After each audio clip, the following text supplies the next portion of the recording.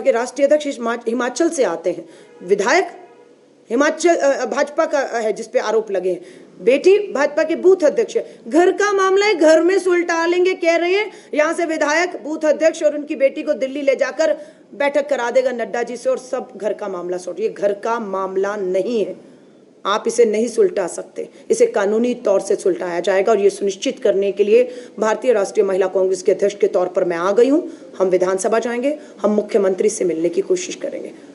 अगर पुलिस इस काम में अभी और देरी लगाएगी, पूछताछ नहीं करेगी एफआईआर के बाद, या फिर अपना उसको गिरफ्तार नहीं करेगी, उसके फोन जांच के लिए नहीं भेजेगी, इस मामले को पे लीपापोती करेगी, तो हम पुलिस मुख्यालय का भी घेराव करेंगे और तब तक करेंगे जब तक इस मामले में कार्रवाई शुरू नहीं हो जाती। मैं महिला कांग्रेस की राष्ट्रीय अध्यक्ष हूँ, 30 साल का संघर्ष है, 6 महीने से राष्ट्रीय अध्यक्ष हूँ। कोई ये सोचेगा ये तेरी सरकार, ये मेरी सरकार, ये तेरा अपराधी, ये मेरा अपराधी, अब ये नहीं चलेगा। वो किसी की भी सरकार हो और अपराधी किसी भी दल का हो, बेटी को न्याय का हक मिलने तक हम इस लड़ाई को एड़ी चोटी का जोर लगाएंगे। और अपराधियों को सजा जब तक नहीं मिलेगी, पीड़ित को न्याय नहीं मिलेगा, बेटियों को सुरक्षा नहीं मिलेगी, इस लड़ाई को हम लड़ेंगे। और इस बेटी को भी मैं कहना चाहती हूँ, इस बेटी को भी मैं कहना चाहती हूँ, हिम्मत दिखाई है तुमने और इस हिम्मत को टूटने मत देना। मुझे मालूम है परिवार और पूरी पार्टी आपका साथ नहीं दे रही, दबाव बना रही है मामला वापस लेने के लिए, लेकिन आपकी एफआईआर हो चुकी है। और कल प्रधानमंत्री जी ने अपने वाक्य में कहा है कि नए कानून आ चुके हैं, नए कानून के मुताबिक अब आपको थाने में जाकर एफआईआर नहीं करानी है, आप ई एफआईआर करा सकते हैं। और ई एफआईआर अगर एक बार हो गई, उसमें आप बदलाव नहीं कर सकते हैं।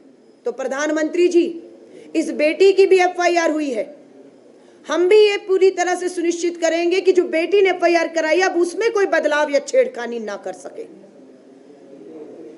आपकी कथनी को करनी में बदलने का काम प्रधानमंत्री जी अब भारतीय राष्ट्रीय महिला कांग्रेस करेगी और न्याय का हक मिलने तक करेगी। हम विधानसभा कल से शुरू हो रही है।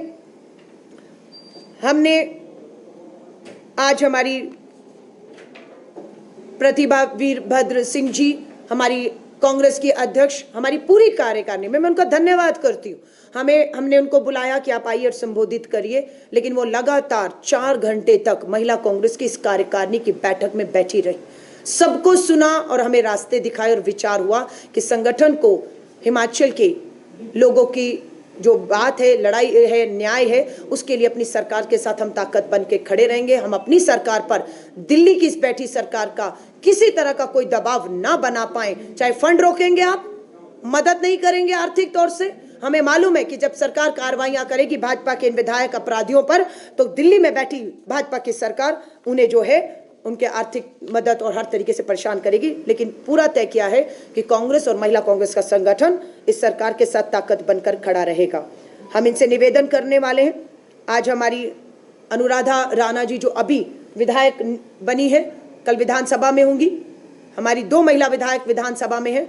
हमने उनसे भी प्रस्ताव रखा है, आज पास किया है कि 33% महिला आरक्षण पास हो गया, उसे लागू करने का प्रस्ताव विधानसभा में, हिमाचल विधानसभा में चर्चा करके उसे पास करके केंद्र की सरकार को भेजा जाए। और हमारा निवेदन है, हम राज्यपाल से भी समय मांग रहे हैं।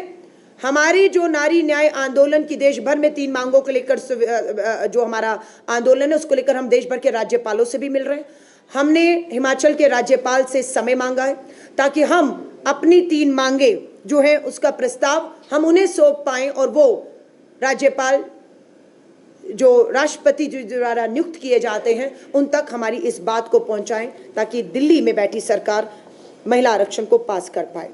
एक और सुझाव आया है कार्यकारिणी में, हिमाचल में महिला आयोग का गठन अभी तक नहीं हुआ है, ना उनके सदस्यों की नियुक्ति हुई है। हमने जो प्रस्ताव पारित किया है वो हम मुख्यमंत्री को, सरकार को भेज रहे हैं कि जल्द से जल्द महिला आयोग की चेयरमैन की और सदस्यों की नियुक्ति की जाए।